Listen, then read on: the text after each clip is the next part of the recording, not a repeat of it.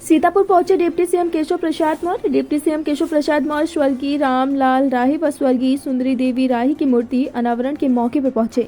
इस मौके पर कारागार मंत्री सुरेश राही, लोक निर्माण विभाग मंत्री जितेंद्र प्रसाद, सांसद मंत्री कौशल किशोर व अन्य विधायक व सांसद मौजूद रहे। केशव प्रसाद मौर्य ने मूर्ति अनावरण के बाद जनता को संबोधित भी किया।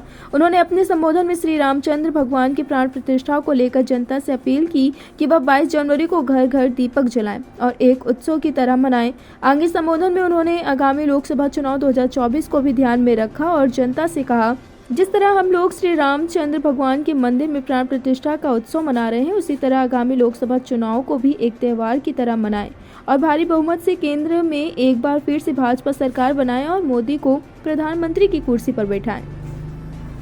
22 जनवरी 2024 को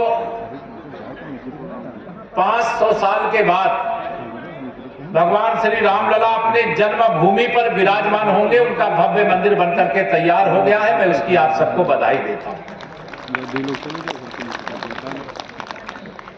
एक बात माननीय प्रधानमंत्री जी ने विशेष तौर से कही है। अभी हम लोग अयोध्या में थे, उस दिन जितिन जी भी थे हमारे साथ। उन्होंने कहा है कि 22 जनवरी को सबको अयोध्या नहीं आना। 22 जनवरी को हमारा गांव और हमारा मोहल्ला यही अयोध्या है और हमारे गांव और मोहल्ले का मंदिर ही श्री राम जन्मभूमि मंदिर है। इस भावना से आप सब लोगों को 14 जनवरी से 22 जनवरी तक विशेष तौर से हर गांव और मोहल्ले के मंदिरों को और गांव को स्वच्छता के लिए अभियान चलाने का काम करना है। इससे बड़ा महत्वपूर्ण है। 2024 का में देश में आम चुनाव होने, लोकसभा के चुनाव होने।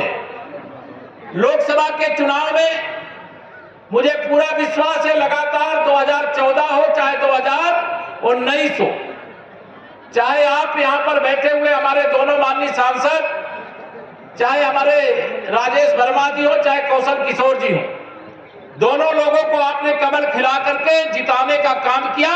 इसलिए माननीय नरेंद्र मोदी जी देश के प्रधानमंत्री बने और देश के प्रधानमंत्री बनने के बाद बताइए, गरीबों के लिए सबसे अधिक काम मोदी सरकार ने किया है कि नहीं किया है? दोनों हाथ उठा बताओ, किया है कि नहीं किया है? भ्रष्टाचार को जड़ मूल से खत्म करने के लिए हमारे प्रधानमंत्री जी ने कहा कि अब दिल्ली से जो पैसा भेजा जाएगा, पहले भेजा जाता था 1 रुपया और पहुंचता था 15 पैसा।